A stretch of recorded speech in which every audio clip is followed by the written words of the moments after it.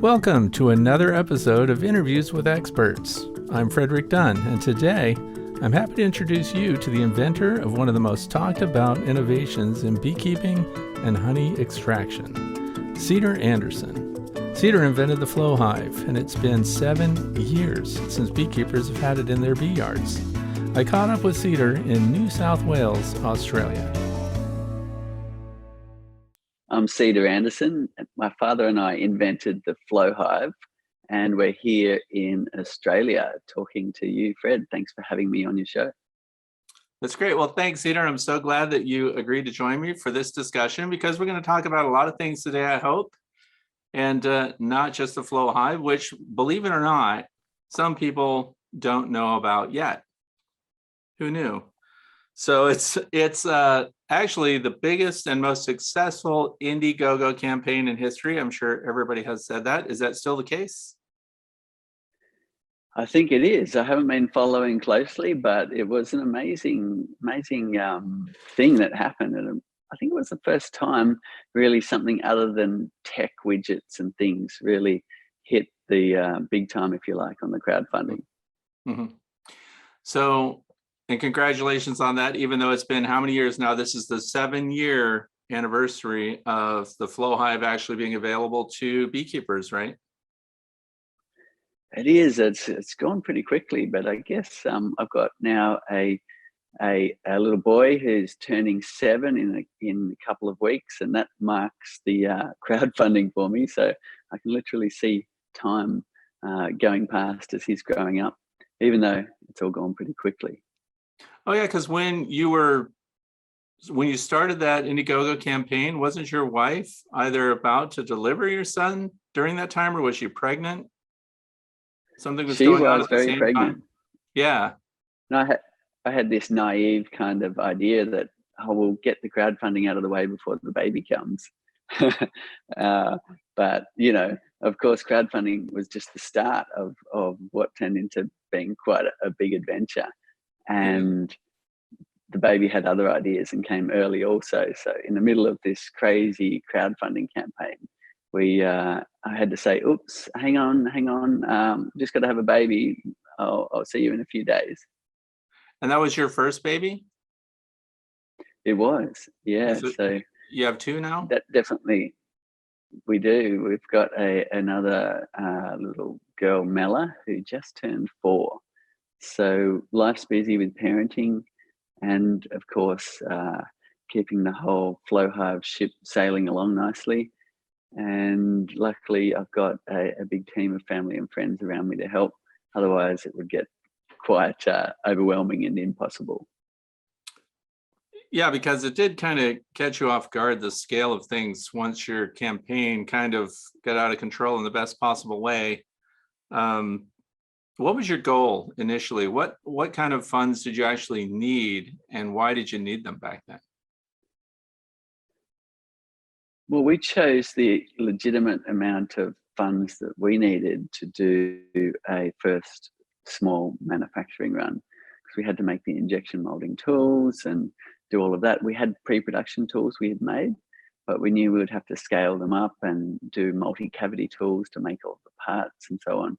So $70,000 was the amount of funds we chose to reach. And looking back on it, you actually need a lot more to start in the manufacturing world and to run a successful business. Oh, so if you had actually hit your goal, which was only 70,000, that actually would not have been enough for you to launch the product? There's been a lot of learning since then, but if you want to employ anyone to help you and so on, then $70,000 doesn't go very far at all. Mm-hmm. Okay, so now I'm going to take you into your background. I want to go pre-flow hive by a lot. Because I saw some of the short bio movies that showed you and how you were raised, and you were kind of left to discover things, and you were good at fixing mechanical issues, and they had a quick video of you scooting along in what we call a go-kart. I don't know what you call it there, but yeah. Right? Is it a go-kart? It's a go-kart, yeah. Go-kart. So I want to talk about your childhood. This is not a therapy session, but I want to find out, like, what was your schooling like, or what was your living situation? Did you go to normal like schools in a city somewhere? Were you living in the country? How did that go? So I grew up on what was an intentional community. So a bunch of people got together and said, let's share a piece of land and we'll build houses here and so on. And that was something that was a bit unusual at the time. So what happened was about 15 households of people got together and created their homes on a forested mountainside. And it was an amazing way to grow up because there was this sense of freedom. It was like our own little village. We were able to go where we want with no stranger danger. There was about 20 kids that I was able to roam around with. So a huge amount of fun and freedom growing up. And there was also a lot of idealism with that. So on this community, TV was banned, for instance, because, you know, that would corrupt the children. And that suited us just nicely. I mean, we didn't grow up with it, so we didn't miss it. And that meant that we were really hands-on. So we were in the workshop making stuff, fixing stuff. We were in the garden growing things. We were down the creek helping with the project to create the turbine to run the power system to power all our homes and all of that. So it was this kind of not necessarily a full self-sustainer kind of upbringing, because we would buy food in from town and all of that, and people would go off to normal jobs. You know, there's a small city just half an hour's drive away, so it wasn't completely remote, but it was a beautiful place to grow up with a lot of freedom. My father still lives there. He still lives there. So now this is interesting because, and I thought, you know, without even asking that question, that was kind of the way that you were raised. And here, my family comes from Vermont, northeastern United States, and there were things called communes, which kind of families got together and decided to raise their kids. And today we have a term that's called unschooling children, which means they're taught at home and taught practical living. Would you describe it kind of as that, or did you also have formal education there in that community? It was a bit of a mix. So the first school I went to at the age of, say, 5 was 2 hours walk away. And we used to walk over the mountain and down the other side. And that was a bit of a stretch for me because I wasn't the fastest walker. And my brother's 2 years older would look after me. And there was all of these cows in paddocks on the way that would kind of sneak up on you and play that statue game. And but anyway, that was what we did. And at that school, it was on another community. So the area that we're in, all of these communities sprung up all in the same kind of valley and over the hill and so on. And that school was a sort of parent-led, it was a community school. And I distinctly remember my teacher teaching me how to measure the speed of sound. So there I am in what we call kindergarten when I'm 5. And we don't just go and get some fireworks, we actually make the fireworks. So we grind up the charcoal, the sulfur, the saltpeter, and we create some fireworks, we test them, we get them going really good. We measure a distance out into the paddock, we put the firework under a tin, and then we sit there with a stopwatch. And we press start when the tin goes up in the air and stop when we hear the bang, right? And I remember going, oh yeah, cool, measured the speed of sound. And it's only later that I realized that was a bit of an unusual first year to schooling. We also did things like pull out the horns and things from a bunch of cars and would connect them all together and make a musical instrument. And it was this very kind of creative and inventive space. Now, that school unfortunately closed down, and we had to go to normal schools after that, which was at first a bit horrifying. So at what age then were you going to normal school? So at the age of 6, I was to a normal school, And the headmaster at the time was a bit rough. He was picking people up by the neck and things like that. So we didn't last long at that school. And so we went to another school, which was down the other side of the valley, but it was a long way to drive around. So that's where that go-kart came in. And we built this go-kart out of, old bicycles and a generator engine and parts of old mowers and things. And 4 of us could drive to school on that go-kart down a 4-wheel drive track that you couldn't get a car down, right? So it was this kind of adventurous start to the day, which was a lot of fun. And then you'd finally arrive across the creek from the school, hop across the creek on the stepping stones, and there we were. So that was a fun way for us to get to school and more freedom for our parents, because they didn't have to drive us, 35 minutes there and back each day. Wow, that's so. Now, how many grades of school would you have to complete there? So you were 6 going to that school. So do you finish? We have 12th grade here. That's mandatory. Yep. So that one is what we call primary school. So that went to 6. So there's kindy 1, 2, 3, 4, 5, 6 is your primary school. And then after that, it's high school. So we went to another school in Lismore, which is just half an hour away in a drive. So sometimes we would ride our bicycles, about 5 miles down a very rough road, and then catch a bus from there, and would be off to school. And that was a pretty normal kind of high school. So you're a good student. You didn't skip school and find other things to do. You were right there, ready to go all the time. Not exactly. I found it challenging. We had such a good thing going on at home. Like, we had a workshop. We were welding with oxyacetylene. We were doing woodwork. We would get lathes going. The guy down the road was a skilled electrician. He could also do all the metal lathing and stuff like that. And my father was a jack of all trades. So there was always interesting stuff going on the community. And to go to school was incredibly boring. And I found it very hard to go there every day. But I stuck it out. I did get to the end of high school. That's a very unexpected and interesting story, actually. And all that distance that you had to cover, even on your bicycles before you could get the bus, or when you were really little and you're walking for 2 hours. Now, there's a lot of wildlife in Australia. Do you have any moments of encountering wildlife that was potentially dangerous to you as a child? Those cows I was telling you about, I was more scared of than the snakes and things. I guess, growing up with them, you kind of accept that there's something like 200 snakes per acre in Australia.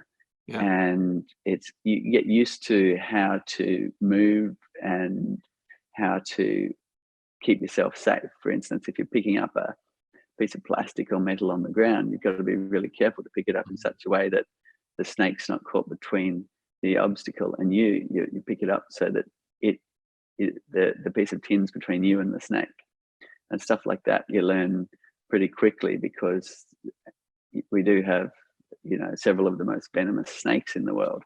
Yeah, in fact, Australia has more venomous than non-venomous species, right? Probably. Oh, you don't? Okay.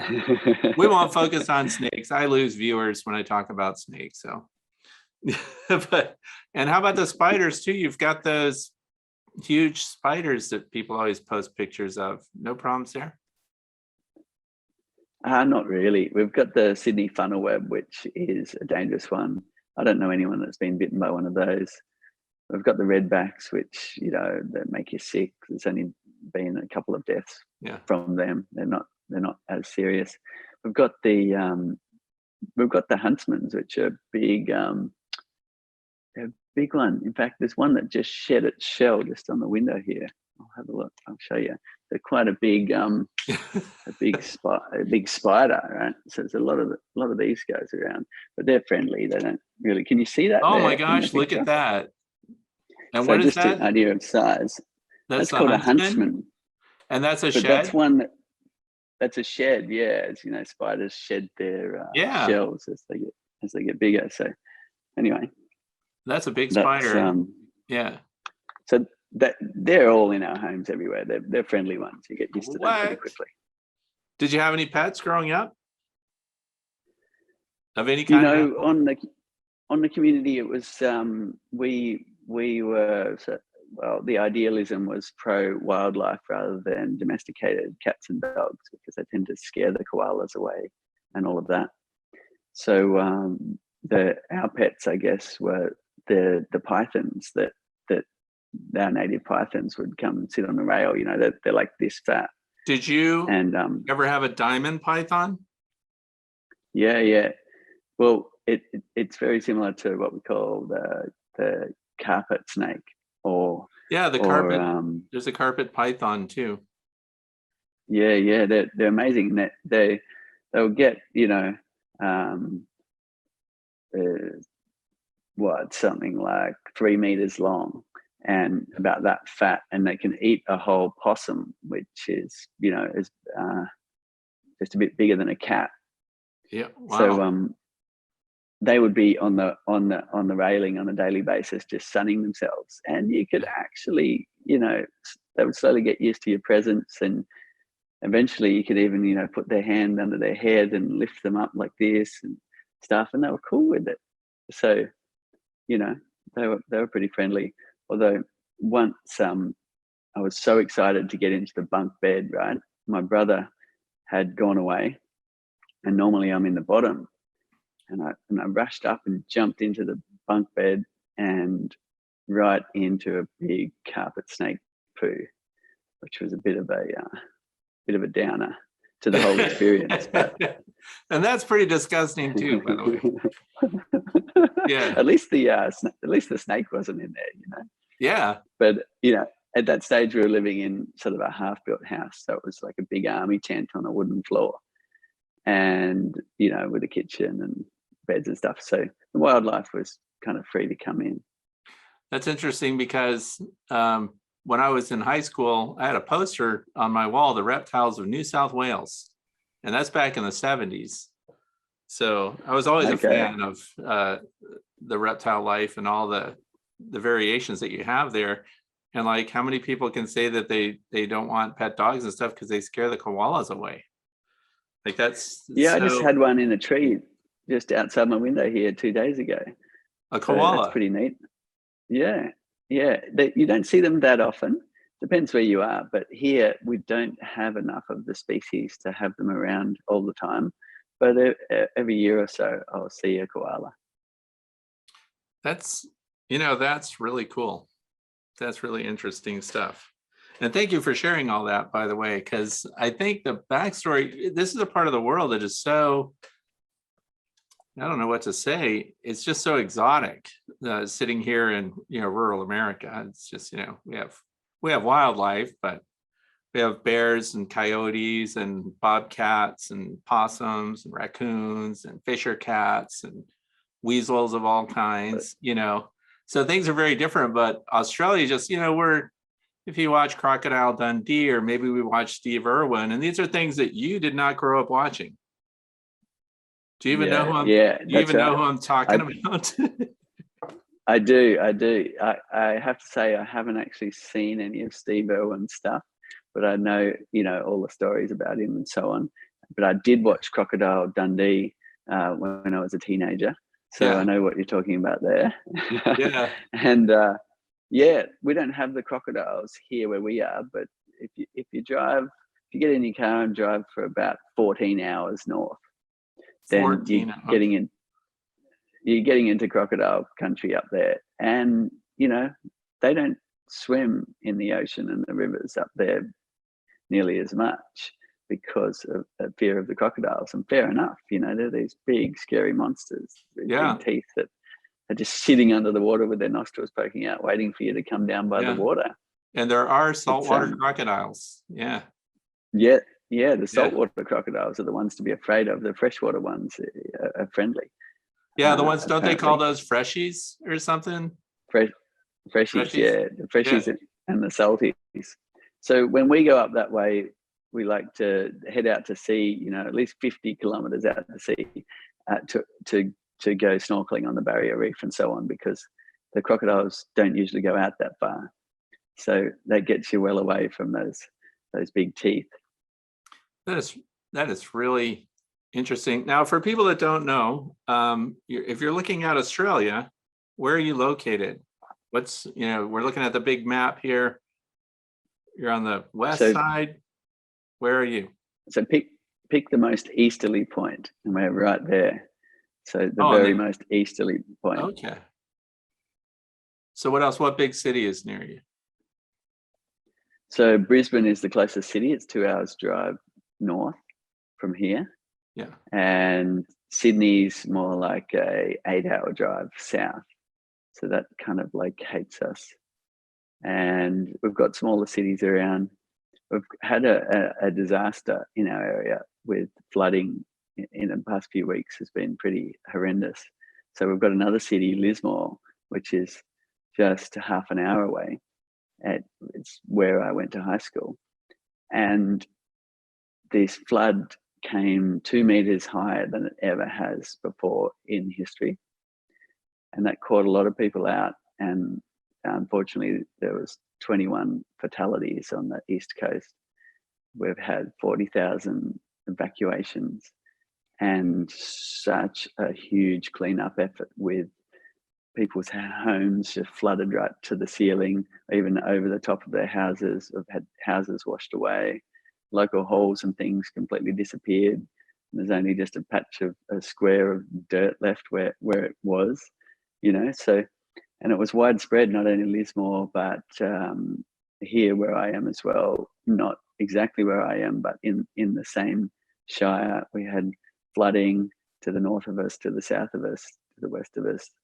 It was a big deal. So we're in kind of disaster recovery this afternoon.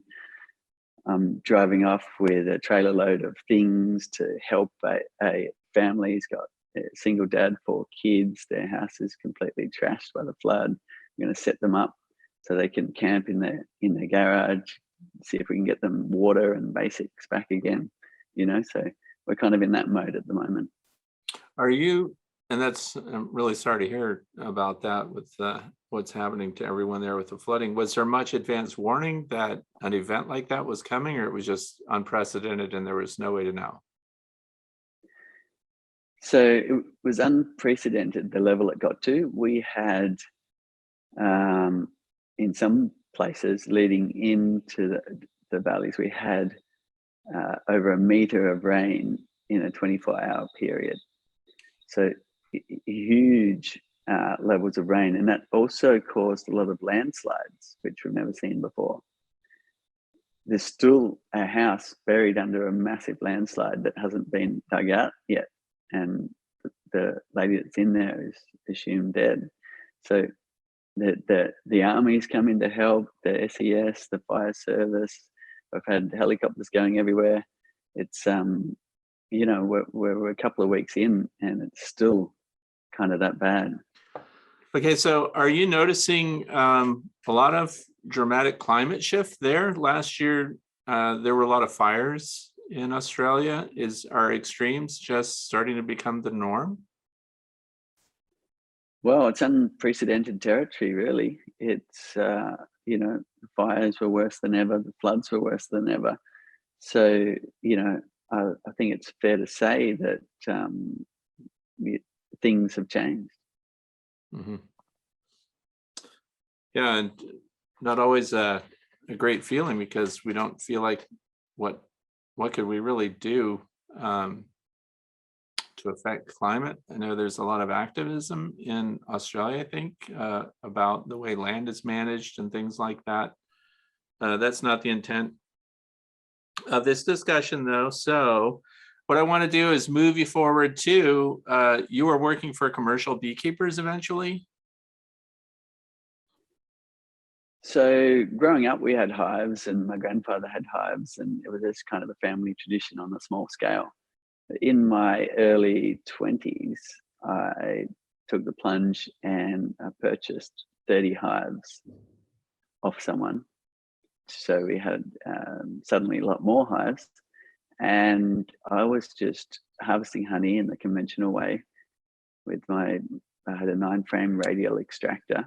It was electric, which is nice, made it a bit easier, and the hot knife, and the processing shed was the same shed that I lived in. So I would, go through the whole process of pulling off all the boxes of honey and taking it to the shed and processing it as we know. And then we would sell the honey to local shops by the bucket full. So it was at that level. So we're not talking big scale commercial or anything. Mm-hmm. We're just, I guess it's on a small scale. And that's where the initial idea came from. It was like, hang on, my bees are clearly not happy about the way I'm going about this. And I had pretty aggressive bees. And it's incredible amount of work. I almost felt bad dropping off this bucket of honey, and getting not much money for it, because the incredible amount of work that I put into it, the bees put into it, it just didn't equate. I thought, there has to be an easier way to do this, and that was the idea of how we can just tap the hives and get honey straight out of them without going through the process of pulling the hive apart. Mm-hmm. And so now you collaborated with your dad with those ideas, or what kind of assistance he give you when you were coming up with it? Are you artistic, by the way? Can you have a concept and sketch it out so that it's coherent? What's your process when you have an idea? I'm not autistic that I know of, but I can sketch out ideas in 3 dimensions. I wouldn't say my drawings are fantastic by any means, but my father and I can understand each other's drawings, and that's what counts. We're able to have ideas and share ideas pretty quickly. So that's a great thing. I think we have been kicked off the Pictionary team together because we can understand each other's drawings too easily. Okay. Oh, you're too good at it. Okay. So yeah, just basic 3-dimensional drawings on paper is certainly where I started. Mm-hmm. And I guess I do remember waking up one morning and going, hang on, perhaps it doesn't have to be hexagon cells all the time. Perhaps it can be hexagon cells when the bees are filling it, and then change into something else when it's time to harvest. And I grabbed a pencil and started drawing shapes straight away. So that was kind of that early morning. I guess you're still in that slight dream state at that point. Mm-hmm. Mm-hmm. That's very interesting, because that actually happens to a lot of people who are innovators, that going to sleep with a problem, waking up with a solution, or at least giving you traction in some new direction in problem solving. Does that happen to you a lot, where you just get a sense that all of a sudden it just came together during periods of rest? Well, it was a long time between idea and actually getting a functional prototype. So it was just a constant little, how about I try this? Put that to the hive, and sometimes it'll be 3-4 months before you get the answer back to whether the bees think it's any good. Mm-hmm. And then if they do and they use it, whether it's actually useful. So the feedback loops are so slow. That's why it took a decade to get from initial idea through to a good working model. Mm-hmm. And what's your father's background? Is he an engineer or mathematician, or does he have some science background? No, so neither of us are engineers. And I guess really the background is those farm skills to fix everything, to make do with what you've got, to be very creative. on usually a very low budget.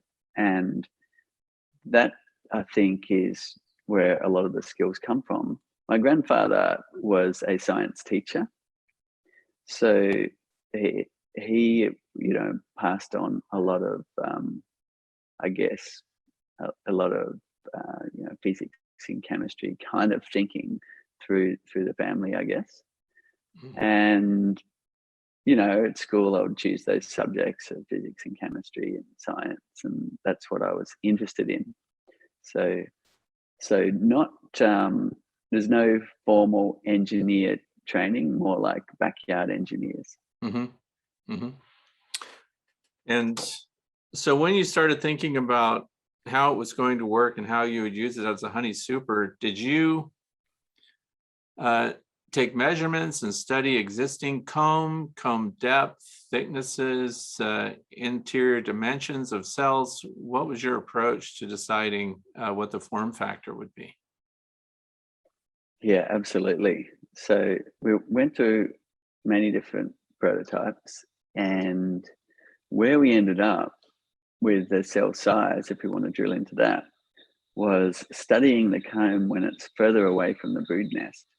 So looking at how they want to store their honey when they're only doing it for honey. And using calipers like these, right? We would just measure, and you count 10 cells along and then divide it and then work out what the cell size was, and also be measuring the cell depth of the comb. Mm-hmm. And when you're away from the brood nest, what you get is cells that are quite a bit bigger than they want to use for the brood, usually around 6 millimeters. And so that's what we based the design of the cell on. And then depth-wise, we wanted to be a bit deeper than they use for brood as well. And the idea was that if we went a bit deeper and slightly smaller than drone size, the queen would be less likely to lay in those cells. Mm-hmm. And while that is true, a lot of the time, it's also not true sometimes. So queens will be queens, bees will be bees, and you will get a queen who is happy laying in flow frame cells. Would be nice if she didn't, because then you wouldn't need to run an excluder, but it seems to be very queen specific. And if you get to know your queen and what she will and won't do, you can take away the excluder. So I've got a hive right outside my door, which I haven't run an excluder for 4 or 5 years, and she never lays in the flow frames. But it and the queen could have been superseded, and the next queen doesn't lay in them also. But it seems like the same queen to me. She's still going. She's one of those queens that throttles herself quite nicely, doesn't swarm, and actually produces a decent amount of honey.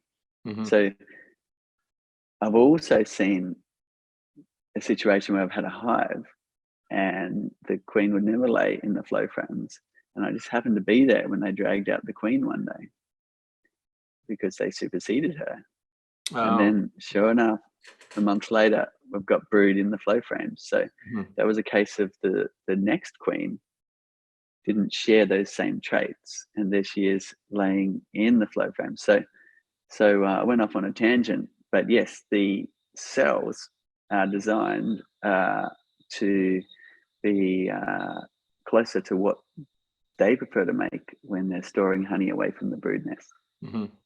That's interesting, because I did those dimensions too, and just as you said, right between standard worker cells, so larger than that, but smaller than what we would call a flat out drone cell. And then that depth also was really interesting. And I did those practical tests, as you probably already know, to see if queens would lay in them. And they did, but actually these are all, if somebody's watching, these are all flow hives behind me, by the way. And but I don't use queen excluders at all on any of them anymore. But my configuration is different than what you do there. And because this is something that comes up all the time, because I think it impedes the progress in the Flow Super, when we have the queen excluder there, the bees are far more reluctant to start working those frames. And probably the number one question that we get about Flow Supers is, why aren't my bees working them? How do I get my bees to go up into them? And should I be priming it with wax or spraying it with sugar syrup? And I know you give a lot of advice on that, because every Tuesday you do your live streams there where people can ask questions, and that's fantastic. And for those of you that are watching, I highly recommend you tune into the Flow channel and watch our live streams and ask your questions. But what I did is I added a medium honey box above that deep brood box, and I let them fill that with honey first. Then the Flow Super is on, and now I've got a honey bridge, and the queen is reluctant to cross capped honey to go and then lay eggs in an upper box. So that's my method, and it's really great right now. So I just wanted to share that. Great. Pardon? Great. And do you put the medium super on first and then put a fresh Flow frame super on top of that, or do you let them get going on the Flow Super first and then put the honey bridge in? No, I put in the medium super first, but you have to add the Flow Super before they've capped all the frames. So if it's a 10 frame Langstroth box, by the time they're working on the 8th frame and the 1st and the 10th positions are still not complete, that's the time to put the Flow Super on. Because I also found that if they fill everything completely, they end up with what some people refer to as a honey cap, and then the bees feel like their hive is full and they don't progress beyond that. So while they're in progress but almost full is when I add the Flow Super. Yeah, great.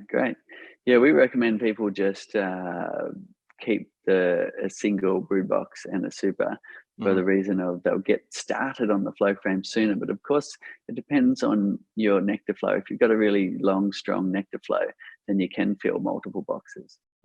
But yeah, we usually get them to, if they're going to add more boxes, wait till they've at least, partly filled the Flow Super. Then they've naturalized it, they've made it their own. And as you say, it can be that first time they start on it, just like any kind of, I guess, artificial foundation. It's that first use that can be a bit slow to start. But yeah, one trick you can do is just scrape some burr comb and just press it into the face of the flow frame, put it in the window side, and really watch the bees recycle that. And it doesn't necessarily speed up the process that much, but it certainly lets you watch the process and see some bees up top. Really, you don't get good honey storage in your flow frames till there's a big nectar flow and you've got a strong colony. That seems to be the recipe. Often people get a bit impatient with waiting for their bees, which is fair enough. But yeah, putting some wax on the surface will get some activity for you to watch through the window. And what about the angle of the cells? Is that just copied from what you find in nature? Is that a 13-degree? It is. It's a 13-degree slope, which is about what they do in nature as well. Of course, bees will be bees, and they do all sorts of things. And it's hard to put bees in a box to generalize them. But yes, it's about that which they will commonly do. However, you see everything once you've been looking at comb for a while, upside down cells and all of that. And so how did you arrive at the material that you ultimately made it out of? So it's food grade plastic. So that's when you really get into some materials and composition engineering. Did you get someone's help for that, or was it trial and error? Who did you consult with to figure out what to use? So we started consulting with manufacturers, and typically, a big manufacturer also has a materials arm for you to consult with.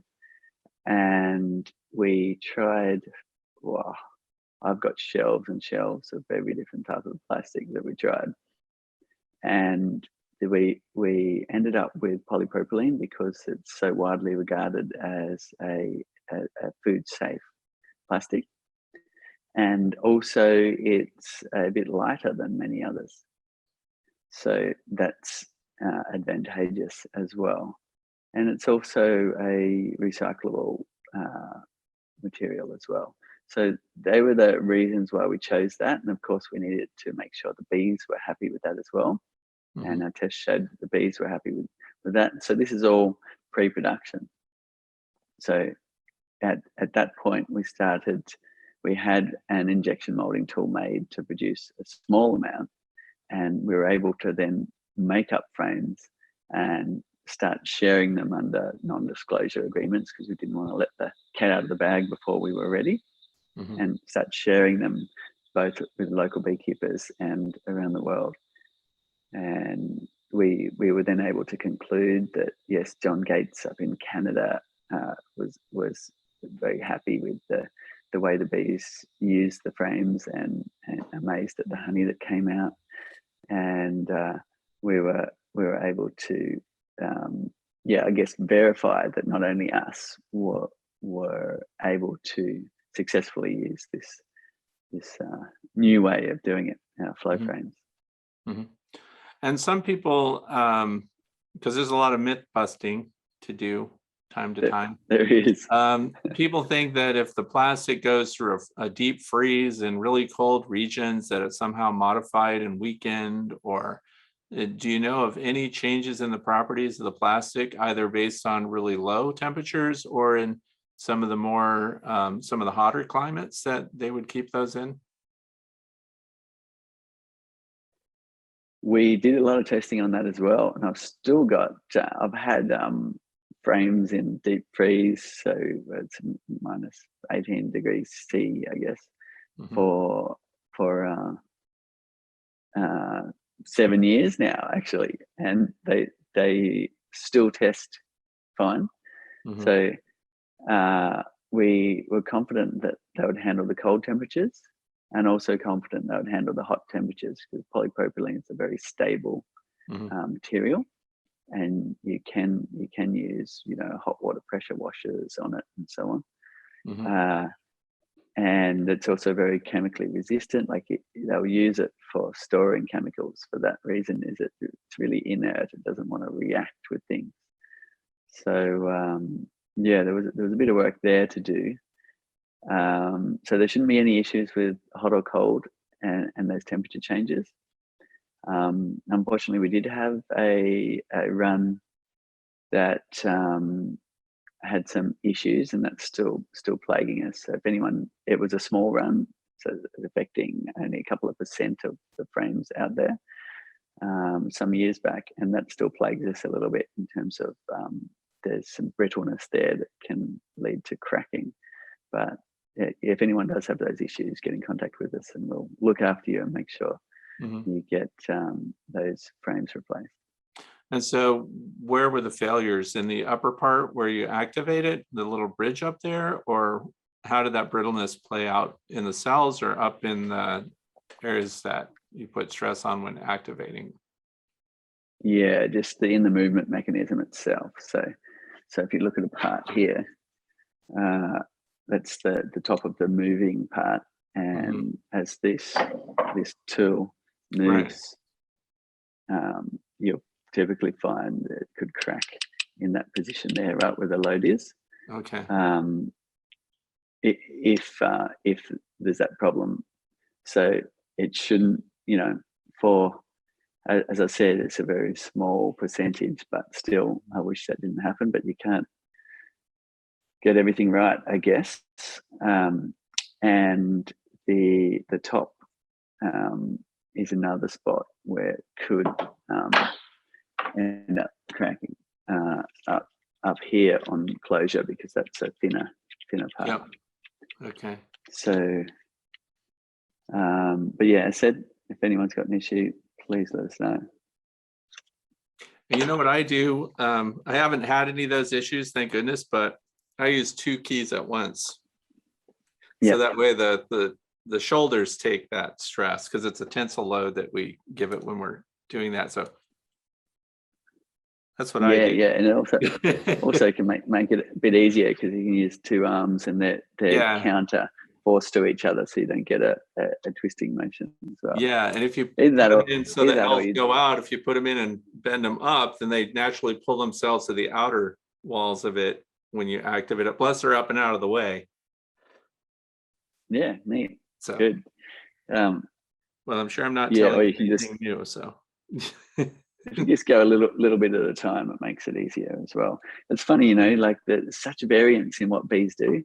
Some frames will be so hard to open, like the propolis and wax, or that they'll actually use a combination of both to join the parts together, and they can just be so stuck and stubborn and take quite a while to release. And other ones, you can just put your key in and single turn and the whole thing opens at once. So as usual, bees will be bees and not necessarily follow the rule book every time. now you're actually onto something there. A lot of the bees, depending on the race of bees or the stock of the bees, they'll use more or less propolis, for example. But that you mentioned that, we know that propolis increases the antibiotic protection for that hive. So have you made comparisons of any kind? Normally, bees don't put a lot of propolis directly on their combs, and that's because it's already beeswax and it's already complete. And they use propolis to seal up joints, crevices, and cracks and things to help protect the interior surfaces of their hive from infection. So is there an actual increase in the medicinal properties provided by the propolis for the flow frames over standard frames? Interesting. I haven't done any tests to verify whether there's more medicinal properties found in flow honey than not. We have done tests on flavor. University studied that, and that was some interesting findings. But we haven't looked at medicinal. Because Dr. Marla Spivak, do you know who she is? Yes. Okay, because that actually, and by the way, I just thought of that while I was talking to you now, because they do put a lot of propolis on flow frames. And we go to a lot of effort to encourage bees here to put more propolis inside hives to the point of roughing up interior surfaces and things like that, because the evidence is pretty solid that the more propolis on the interior of your hive, the better the health is of the bees. Yeah, we have done some experiments roughing up the inside here too. We didn't. I didn't get a whole lot of results of propolis on the inside as yet, but perhaps we need to try harder on that one. But yeah, it is amazing. I guess you're mimicking a natural tree hollow. It's always going to be rough on the inside. And Sealy's done some great work in this space too. Right. Yeah. But yeah, we're always interested to find out what we could do to make things better for the bees. So that one we'll keep doing some experiments on. Yeah, that's interesting. And so how has the success of your flow hive impacted your life overall? What's changed? What unexpected changes came your way? So the moment we put out the first teaser video, so it basically just said, hey, well, this is what we've invented, and that honey came right out of that hive there without opening it and going through all of the usual process. And we're just ready to tell you about it. If you want to know more, get in touch. And we put that video online, and life's never been the same since. We had like 1 million views in the first 30 hours, and I stayed up all night watching this thing and all the comments coming in, all the emails, and we had 1,000 emails coming in a day for each day after that, and it's been a complete life changer. Extremely busy, of course, compared to floating around the sky on a paraglider like I used to. And we had to build a team very quickly, and of course building a team comes with running a team, and that's a whole huge learning curve. And it has its amazing points, and it also has the challenges that come with that. Mhm. So learning how to work with people. Typically, you know, I'm in my man cave, just working on my inventions and things, to be present on the ground with the team and helping run that, helping form that, shape that, was a whole new life learning experience, Mhm. and very different to what I had done in the past. But having children at the same time was the next level. So it was this kind of like, all of a sudden things accelerated, you know, by a massive factor in terms of my responsibilities of both being a parent and also being the leader of a fast growing entity. And also we had an incredible amount of media attention, which was another whole avenue that was very time consuming and just, you know, exciting, but also daunting as well. So life got extremely busy, and more or less has been ever since. Although now we've gotten to the point where we've got a solid team and things in place, and I'm able to get back into the workshop again in my happy place and continue working on designs. So that's the idea, right? You are able to work on your inventions, and then luckily for us, we had success with that, and then hopefully you get the time, and that's the hard bit, is getting the time to work on more inventions, because that's where the creativity's at, that's where the fun's at. Mhm. So has it kind of leveled out for you now, where your days and weeks are kind of predictable? Are you managing? Have you got the team that you always wanted, and everybody's working like a well-oiled machine? And The work's never done, right?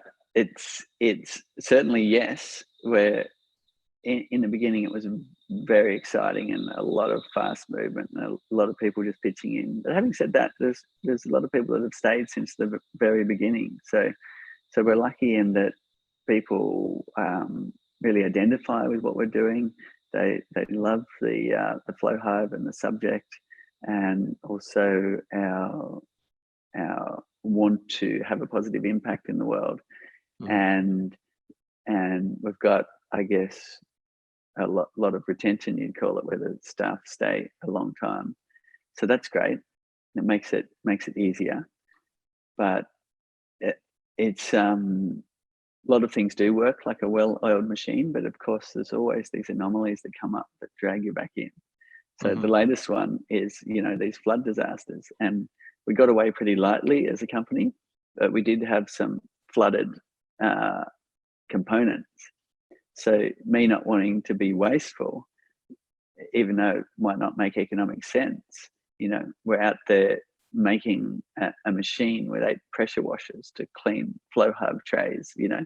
So I end up involved in that project of how to salvage and not waste. And then, you know, we've got a whole lot of trays we can use for our second hives. They're perfectly good. They just got flooded and now we've washed them, for instance.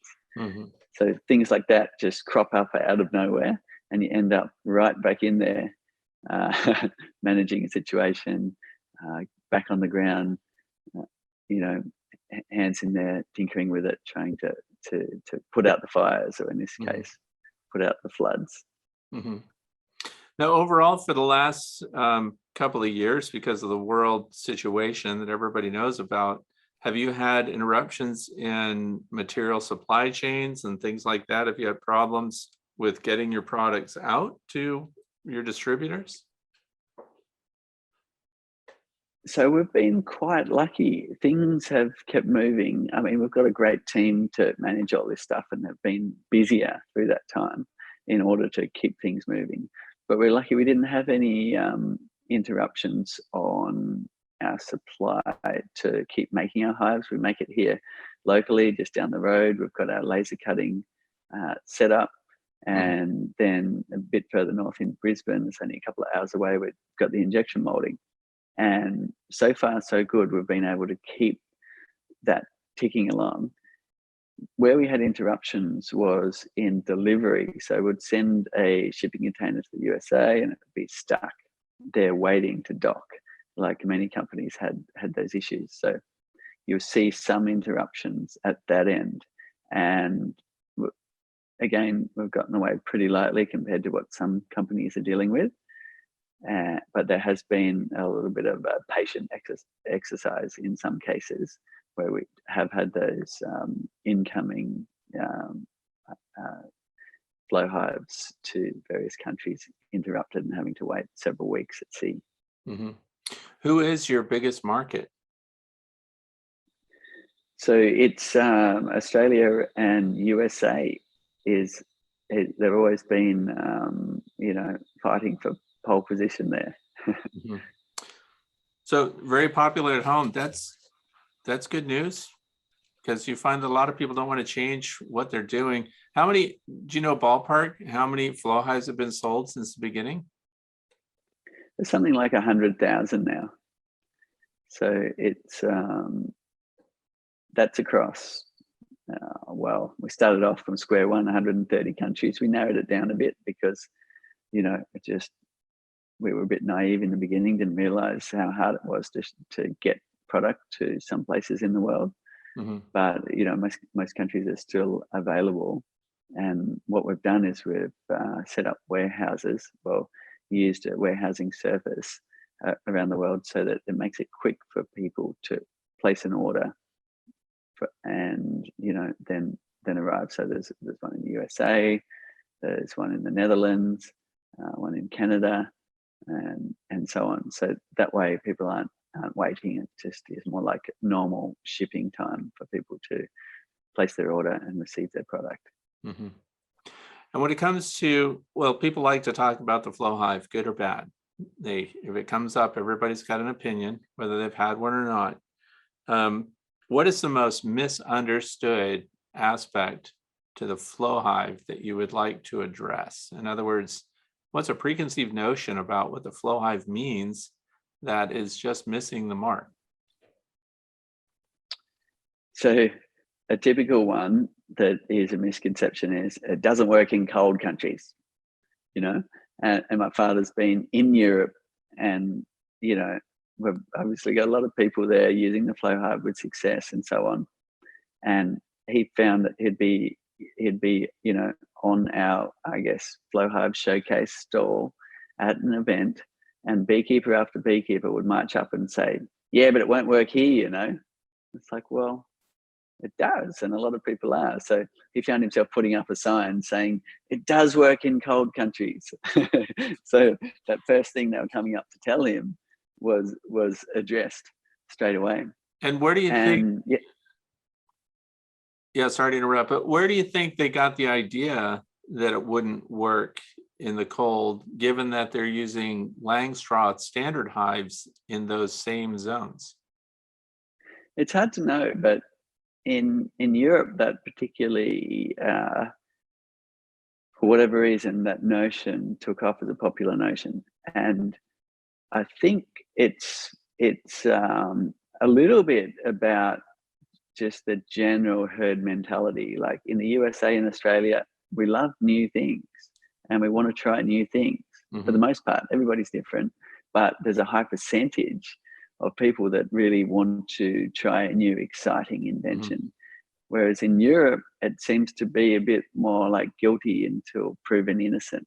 And you really have to win that trust. So Europe, for instance, is a bit slower, and that's one of the notions to address there. Is it does work in cold climates. I mean, you yourself have a pretty cold climate, right? Oh yeah, we set snowfall records, and all my flow hives made it this winter. But yeah, they're out there. And how do you find harvest and the honey harvesting? Have you noticed any issues with the cold? No, because we do a final draw off right around the end of September. And then, of course, as I described before, we have the deep brood box and we have the medium honey super. That's all for the bees for winter. So that's our winter configuration. And when we draw off the last of Yeah. the flow supers at the end of September, we pull the units off completely and they go to storage. The one thing I have changed is I put an insulated inner cover on those boxes. Yeah. So now the medium good. super and the brood boxes, I wanted to stop losing heat through the top. And you mentioned Dr. Thomas Seeley.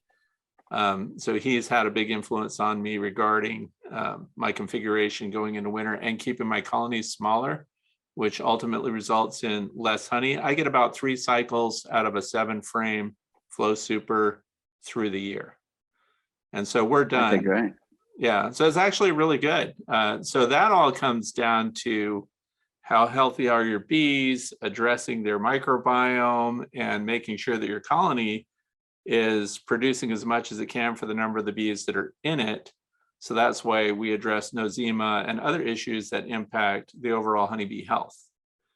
Because Yes. bee to bee, healthy bees and kind of marginally healthy bees have a profound variance in how much nectar and pollen they can collect and how well they produce inside that colony. So there's a lot of moving parts there.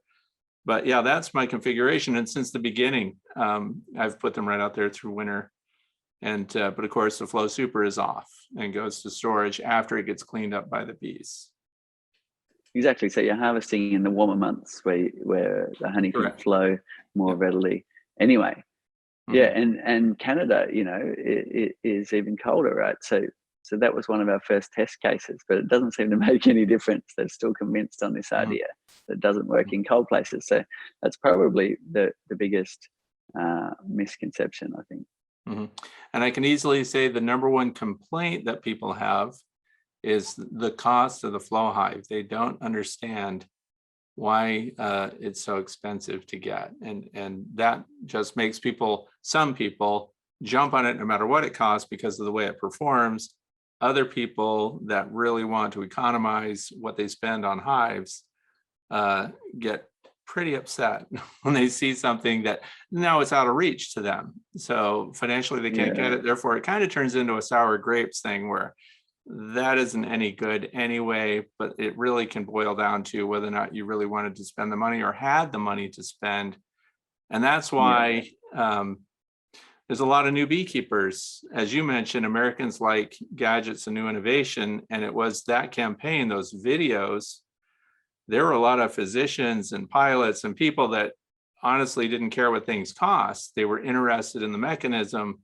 And this led them to become interested in beekeeping. And then this kicked off a whole new wave of beekeepers in this country. And I think someone did an article, they estimated there were 50,000 new beekeepers who stated that their reason for keeping bees was because of the flow hive innovation. Is that hold true? That's incredible. You know about? That's incredible. Is that in USA alone? That's I don't know if the article was about worldwide or what the group was that reported on that.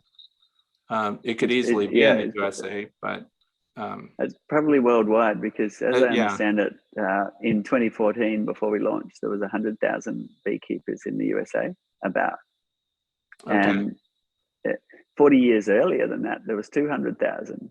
So Yeah. the number of beekeepers had halved, and long term that is an issue. Mhm. I feel quite good about being part of something that's inspired a lot more new beekeepers, Mhm. Mhm. even though some of the a section of the existing beekeeping fraternity is scared of that. They're scared of new beekeepers coming in, but I guess we all started off as new beekeepers once, and it's really just about education. And Yeah, that one of the fires that's kind of hard to put out in, when it comes to public opinion is, and I just watched an exchange between a couple of beekeepers that did a YouTube, and the whole idea was that it makes it look like you don't need to know anything about bees. You just get a flow hive and you get honey all you want anytime you want it, and therefore it attracts people that don't want to learn anything about beekeeping. But the people that say that haven't spent time talking with the people that are interested. They become interested in the product first, bees second in a lot of cases. And that's why YouTube channels like mine, like this one, exist to help educate people about bees complete, regardless of what you're putting them in. Bees first, Exactly. configuration for your hive second. But it's something that people hear early that, oh yeah, well, they're never pulling off the box. They're never doing inspections. They're never looking at the bees. They're just getting the honey off of it and leaving them to starve through winter. And then when you ask people where you get that idea, there's no discussion. That's the end of it. They've closed the door on their way out. So it's kind of frustrating. But they could tune in and see those questions being answered and what an inspection looks like with a flow hive on even your channel. And I think some people, for some reason, probably want to avoid a channel that's owned by the company that sells the product, which is incorrect, because that's the expert that you want to reach out to. If you have some changes you'd like to see made, you go to the source. And I always suggest try it and see if that's working. People that would treat their bees that way, sorry, I'm on my soapbox here a little bit, but people that would take all the honey and leave nothing for the bees would do that regardless of what hive configuration they have. There are plenty of brand new beekeepers that pull all their honey supers late in the year and then leave nothing for the bees and lose them through winter through starvation. So it's really not the configuration that dictates those behaviors. We all need to understand the biology, and you guys are doing that really well. So, right? Yeah, look, we recognized really early on. I mean, when we originally launched, we thought that the people interested would be beekeepers. And while that's true, we had half the people hadn't kept bees before. A lot of them, their uncle kept bees or their father kept bees a long time ago, so they had that interest, but they were new to beekeeping. So with half new beekeepers, we recognized that, wow, we're going to need to educate, because of course you've got to look after your bees. And if you don't look after your bees, you don't get any honey, and so on. And, we're still, as you say, there could be neglect. And so really early on, we started making, videos to educate people and being there to answer questions live for people, and really, really trying to do a good job of the education piece. But more recently, well, in the last couple of years, we put together the beekeeper.org, and it was intentionally separate from the Flow Hive, because we wanted it to be able to expand beyond flow hives.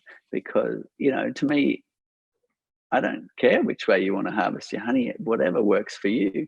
And if you want to do it in the conventional extractor method, or you want to get a press, or you want to sell comb honey, or whatever it is, do what works for you and your bees. And I think there is a bit of reaction, people thinking they have to use this new fandangled flow hive thing. But for me, it's not about that. It's about do what works for you. We've made this product, and if you like it and it's useful, then great. But if not, then fine. And so moving, I guess, some education across to an online beekeeping course, which is something that people do want, even though we've got a lot of free material out there, and you could find everything, maybe not everything, but a lot of things you want there. To shift it into an organized course that takes you from square one right through to even a deep scientific knowledge has been really helpful for people. And people have really enjoyed that, just being, starting off with the basics and slowly building. And of course, including content from the likes of yourself and many other experts around the world to expand it beyond what our knowledge is here. We're in a subtropical region, and our beekeeping is easier in a way than a lot of other continents where you've got the varroa mite, or places where you've got a really long cold winter to get through. We don't have those things. So in a way, there's a lot more educating to do than we're capable of with our first-hand experience. So it's been great to collaborate and get that content available for the education piece in many locales in the world. Mhm. And of And course, it's been great to make it a fundraiser as well. And we're really, really proud to be planting 1,000,000 trees from the funds raised from that this year. So that's been exciting too. where are those trees being planted? Australia, USA, and rest of world. We went for where I guess, most of our flow hive beekeepers are, and the strategy was do some very locally. So we'll do some very locally where we are here, and then we'll do some nationally, and then the international places where we have a lot of flow hives, and then further afield. So of course, there's an expense equation that's attached to that. There's a lot of reputable companies, and it's been a whole project in itself, was to team up with the best ones around the world to make sure those funds are being used wisely and we are getting a good trees that are being looked after. But we all know we need habitat, right? So it's a big driver. We need habitat so we can maintain some of our species that are on the brink of extinction. We're not just talking about the honeybees. We're talking about the almost 20,000 native bee species and all of the other pollinators that, if they don't have a good variety of safe forage for them to forage on, then their world is shrinking. And where can people go to learn more about those projects that you're involved with? Is that on your website? Yeah, we do have a page on our website, but that particular one is thebeekeeper.org. If you're interested to check that out, you can have a look there. And yeah, and those links are, I have a whole page with those links, so we'll put those down in the video description for people to follow up on that. Yeah, so the education piece is big and it's really important, and happy to say we're putting a lot of effort there. And of course, you can never be perfect. You can't stop that person neglecting their hive, but you can try. Mhm. And I'm happy to say we have bred many new beekeepers and educated in a way that they're really concerned and looking after their bees. And I know that from the questions they ask. Mhm. Some people get over the top and they're treating them like a new puppy. I've got a beetle in my hive. I've got a beetle in my hive, and it's Mhm. like this major ordeal. And you've got to calm them down and let them know what's normal and what's not. And those beekeepers usually end up pretty fanatical and pretty extraordinary beekeepers. And hopefully, given time's passing, we'll end up with some very well-educated beekeepers making great contributions in the world of beekeeping as well. Mhm. Mhm. And so you do not have the varroa destructor mite there. So what are some of the pests? You mentioned small hive beetles. What are some pests that are a problem for you there? And do you ever have treatment regimens to help control those? We don't need to treat here, which is fantastic. And hive beetles, in terms of pests, they're probably the most annoying one. They're not a primary cause, but they're usually a secondary. So if you've got an issue where your hive is weakened, then the hive beetles will come and lay a lot of their eggs in the hive, and 3 days later you've got all of these larvae hatching out, worming their way through the hive. If your colony is strong, they can get on top of it. If it's weak, then they might not, and you can end up with what's called a slime out, where the comb all turns slimy with the trails of the larvae going through it, and it all starts fermenting and ends up in what is then a hive beetle nest, a pile of hive beetle larvae maggots, Mhm. which is not fun. I've just been helping out a beekeeper whose hives got flooded. A bit of a sad story. He had 40 hives, and the floodwater got right up to the excluders, and it stayed there for days and days. So bees can sometimes handle a flood if it comes and goes quickly. But in this case, he lost all but 7 of those colonies. And I was the first to get there because he was still flooded in. When the floodwaters went, he couldn't get there. So I went, oh no, we're in trouble here. The floodwater really got high. And there's just maggots coming out the front of the hives, and it was a mess, right? And then my sister came and helped, and we did a session trying to save some of the colonies. and out of 40 hives, there's one queen left and 6 other queenless colonies. So that can be a real nuisance. If it wasn't for the hive beetle, a lot of those colonies would have survived. So they took a moment when the bees weren't able to really keep them under check, when they were too busy trying to survive, and they laid their eggs everywhere. And then, it's a mess to clean up. You've got to cut all that comb out and start a new colony. So that's probably the most annoying pest. We've got things like cane toads, which are these big introduced toad, which can get to about this big. And under this particular apiary, I picked up one just a few days ago, but by its back legs, and it was a huge toad. And I watched it actually poop out bee heads, and they sit. it was disgusting, right? Why don't you video those events, like these cane toads?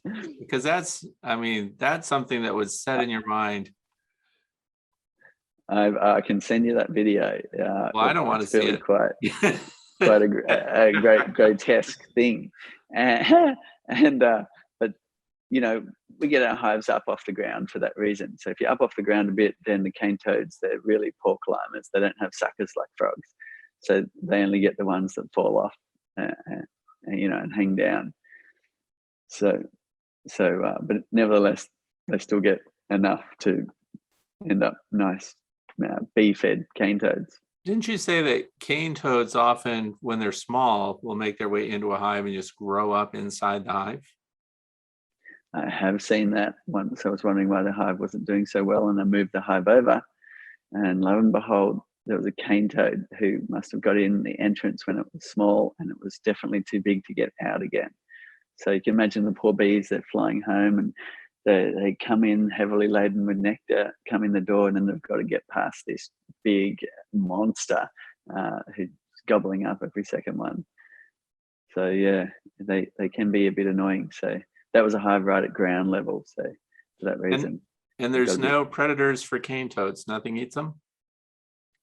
Well, not being an introduced species, we don't really have a predator for them that's getting on top of it. They've got these big poison sacs behind their head, and that really puts off a lot of creatures from eating them. Some crows worked it out, and they were able to flip them over and peck the guts from the inside. But I've only seen it once or twice, and there's cane toads everywhere, so I haven't really got on top of it enough. But I guess another 1,000 years, and they'll find balance. But you say that problem solved for those in Australia that are watching. If you keep your hives well up off the ground, then the cane toads can't climb because they don't have suction feet. That's it. Right? You have to keep hives off the ground where you are, right? I do because of skunks. I found skunks can get up to 17 inches. They scratch the landing boards. So I'm at 18 inches for the perfect height. Anything 18 inches or above is out of skunk range. Nice. And they come at night and they scratch the landing boards, and the bees fly out. The bees can't see. They go into the grass, and the skunks eat them. And I've got lots of video of that activity. And as cute as the skunk is, but skunks do a lot of good. That's why I like them around. They'll eat yellow jacket wasps out of the ground and things like that. And they're great cleanup. So if there are bees that are dead in front of a landing board or something during the day, skunks come through and clean it up. I have no problem with that. I don't want them harassing the hive. It's not that they can eat so many bees as much as they keep the hive on alert. They keep the guards at the entrance. And then you get a hive that has an attitude change. And unless a skunk is visiting it at night, you don't realize why they're flying out and stinging everything that comes near that colony. So it's a layered impact on the bees. Interesting. So it actually breeds more aggressive traits. Or keeps them on alert so that the bees don't relax. And it would be just like if you came up and shoved a hive around every day and just kept them unsettled. So it just keeps them in a defensive mode. Okay. Well, I'm glad we don't have bears that pull up at our hives. That's Yeah, the That'd black be bears. quite. Yeah, that's another thing. I have this year I have noisemakers and flashing lights everywhere. Normally beekeepers out here keep electric fences up for the bears, but now I'm gambling. My fences are all down and the bears are already roaming around. They've come out of winter, they hibernate. And so we're good about reporting where they're moving, but they cover a huge territory at night. And bears don't like noise. They don't like disturbances around where they are. Now, a light can come on and a bear can become accustomed to that and they'll walk right in. But if there's a lot of noise, so I have 16 noisemakers out there. Wow. And it works. That's so, and they're all solar powered, by the way. And as far no, away as they are, pardon? That's neat. That's neat. I've used that technique on wallabies eating our garden. You know, we have the small kangaroo wallaby here, and if you're not careful, they'll eat all of your garden greens in one night. So so in the past, I've had all sorts of contraptions and noisemakers. I got an egg beater and stuck it in a metal pot, and then connected that to a sensor light. Yeah. And so the light would come on, and the egg beater would go, and that would be enough to send the wallaby hopping away. Yeah. But yeah, you know, after a while, they would tend to get used to it. So it's always an evolving thing. Yeah, they will. We have a marsupial here that's the opossum. And I had one the first night I set up this series of alarms that are all motion activated. I have a great video of it. It's going along, it came under the hives. And then when it activated the first alarm, it turned to run away. And then it activated another one, then it ran over here, then another one went off, then it ran that way. And this thing was going like a, it's like a pinball machine. It was just going all over for the longest time, just trying to figure out which way to go. And they activate for 45 seconds after anything's been near them. So that was my first very satisfying test. Although the possums they don't do anything to the bees, but it was funny to see how confused it made it. And it does the deer move on too. So deer they're just eating all the greenery. So, but I want to move on to, you said that you also are innovating and working on things. Are you working on things related to beekeeping, or do you have a new iteration of the FlowHive coming out? Right now we're at the FlowHive 2 Plus version. Is there something else coming down the line here soon, or what are you working on? We're always working on innovation, which is great. I'm getting more and more time to do so. But it's surprising how long it takes to really work on something and test it thoroughly enough to get to the manufacture stage. So, we've had a bunch of innovations along the way, but there's more coming, and I'm excited about that, but not ready to share them with the world just yet. So we're still in testing phase with some of these things, and hopefully we'll bring out some new helpful things for beekeeping, which will be good. And but yeah, I'm trying to make myself really just stay on track, because we owe it to our customers, we owe it to the bees to really keep innovating and keep bringing out useful things to make it easier to look after our bees. So so that's great, but of course, being the inventive type, I've always got ideas that I want to run off and do, but I just have to make myself not do that. I've got this idea I really want to test, which is a new type of electric motor that I think would be capable of running something as fast as a jet turbine, and it has no magnets or copper coils, which would be an advantage. And I've got this idea burning, and I'm dying to get testing on it, but I've just got to make myself focus on what we're doing. And it's been like that since the beginning, where I'm constantly thinking of ideas. I'm like, no, I'm just going to try and get this FlowHive thing off the ground. But I could have easily got distracted with so many things along the way and never gotten there, which is one of the challenges, I think, when I guess you're working on inventions and you're creative and so on, is the focus bit of it. well, now that motor has me thinking, so it probably has no RPM upper limits or anything like that. Well, no, that's right. But we behave in a completely different way to, you know, the inspirations come from the flying machine behind me, right? So Mhm.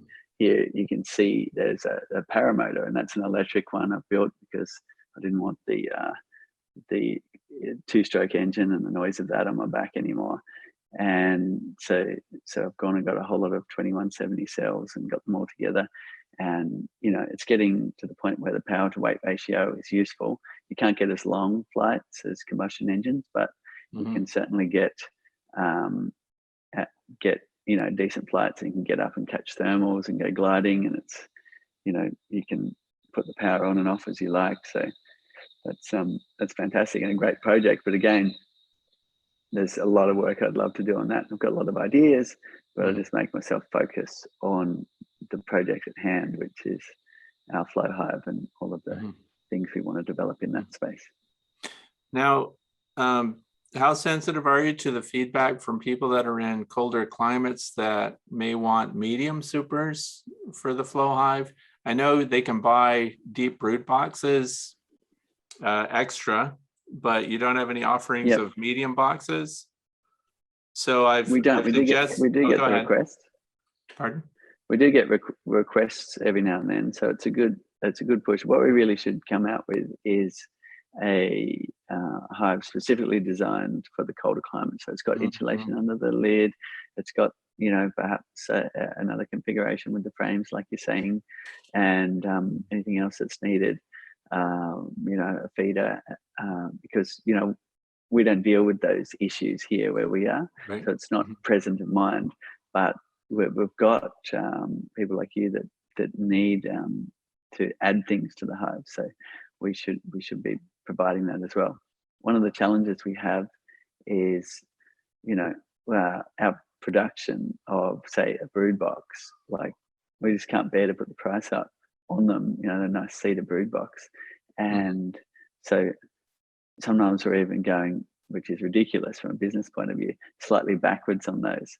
So it's not really top of the list in terms of a product, because it'd be hard to make a beautiful cedar box and frames. I guess the way we're doing it with the laser cutting and everything compete. But nevertheless, it'd be nice if we had a matching product, so people didn't have to get Mhm. another medium super and Yeah, because mess around like that. there's an outside dimension difference of about 1/4 inch in width. So the standard Langstroth boxes Right. overhang the flow boxes. So what I was going to say is, one of the things I tell people to do is buy the other brood box, measure the top of that brood box down to the medium super size, cut the bottom off at the joint. So where the box joints come together, right on the joint. Now you've got a medium super that matches, and you've got a feeder shim to put on top that fits underneath that gabled roof. Ah, nice. So they can Nice. make You've it made use of the offcut. Yeah, so they make it themselves, and that gives you two things in one. So for those that are watching, if you have a table saw handy, and the other thing is I glue them up and don't use the screws if I know I'm going to be cutting it later on a table saw or something like that. And then you can implement screws later as you need it. But Great. And you find the boxes are holding together quite nicely with glue alone. yep. And I use Titebond Fantastic. too, if anybody wants to know. Titebond too. Okay, some good tips here from Fred. He's Yeah. very much applies his mind, their scientific mind. I believe you have quite a scientific background to beekeeping. So Fred's always got some interesting videos coming out to learn from. Well, thank you for that. The other thing is, on you're using hoop pine, and you also have the cedar. You did have another wood species for a while. Did you discontinue it? It is discontinued for the moment. What was that called? The Paulownia, that Yeah. one is called. So it's a nice lightweight wood, and you get an FSC and all of that. But we for whatever reason, it wasn't as popular. So we put that one on the back burner at the time, and it's in the parking lot at the moment. Okay.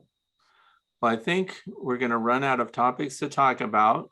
So what is one thing about yourself that you think people may not know? Well, I just spoke about the fascination with flight, Mhm. and that I used to be a paragliding instructor. Some people might not know that I was quite an activist as well. So I used to get some interesting jobs. So one of them was I would spend a month in Sumatra with my flying machine, taking off from the rainforest devastation there, where they're chopping it all down for palm oil. So I'd take off and I'd be spotting for illegal burning from the sky, flying a big Greenpeace wing. And it was extremely adventurous and a lot of stories in that space. And I did quite a lot of interesting Greenpeace activist work around the world with paramotors and paragliders. And it was a lot of fun. And certainly, you know, feels like it's a little ways in the past now because I've been busy for the last 7 years, uh, head down in business and parenting as well. So the adventurous activism is on hold for the moment, but luckily, you know, we have a new platform to have, I guess, some positive impact in the world where we can dream up great things like the beekeeper.org and raise those funds to plant trees and all sorts of other projects we've done to raise funds for our pollinators and advocacy for bees. That is another unexpected thing. So you were part of Greenpeace, which my mom used to heavily support financially, by the way. And how did you get involved with them? How did you join Greenpeace? What was going on that inspired you? So I wasn't necessarily part of the organization, but just somebody that would get in who had the skills to do what they wanted to do, which was fly around in the Greenpeace paraglider. And the way that happened is my uncle, Patrick Anderson, was the forest coordinator for Greenpeace International, working out of the Netherlands for a decade. So when it came time for them to, I guess, get their pilots in, he goes, "Oh, you can't find someone? Call this guy, my nephew in Australia. I'm sure he'd be keen." So that's the way it started, and I ended up then, even because I was a paragliding instructor, training Greenpeace activists to fly paramotors as well. So a lot of fun work in Indonesia, in South America, Europe, and Australia with adventurous aerial pursuits. That is really interesting stuff. Wow, the surprises. Okay, so well, I want to thank you for interviewing with me and for sharing on my YouTube channel. And of course, this is also on Podbean, The Way to Bee. And in closing, Cedar, is there anything else you want to share? Any final statement, or what do you want people to know? Just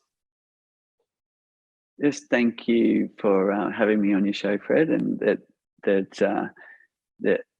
and I'd like to thank you personally for really being so engaged with beekeeping and engaged with all the new beekeepers of the world, and really thinking about what they need and making great content from, you know, the Bees Need Minerals video, you know, showing how bees prefer a little bit of salt in their water to other ones, showing overwintering and so on. And thank you for your contributions to the beekeeper.org, helping a lot of our customers and other, you know, customers, or, you know, other people that are getting into beekeeping, not specifically with the Flow Hive there.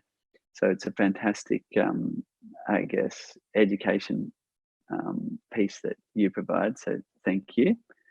Wow. And also just thank you for just asking those questions of curiosity. You know, it's not every day you're just having a standard kind of conversation piece, rather than, you know, a lot of the interviews I do out there are short, sharp, and shallow, I guess, with the media and so on. So it's a fresh change just to sit here and chat beekeeping with all the myriad of different things behind you there. And Yeah. so thank you. Thank you. Well, that's great. Thanks so much, Cedar. And I hope that people recover there quickly from the flood damage. That was really devastating. So thank you so much for sharing.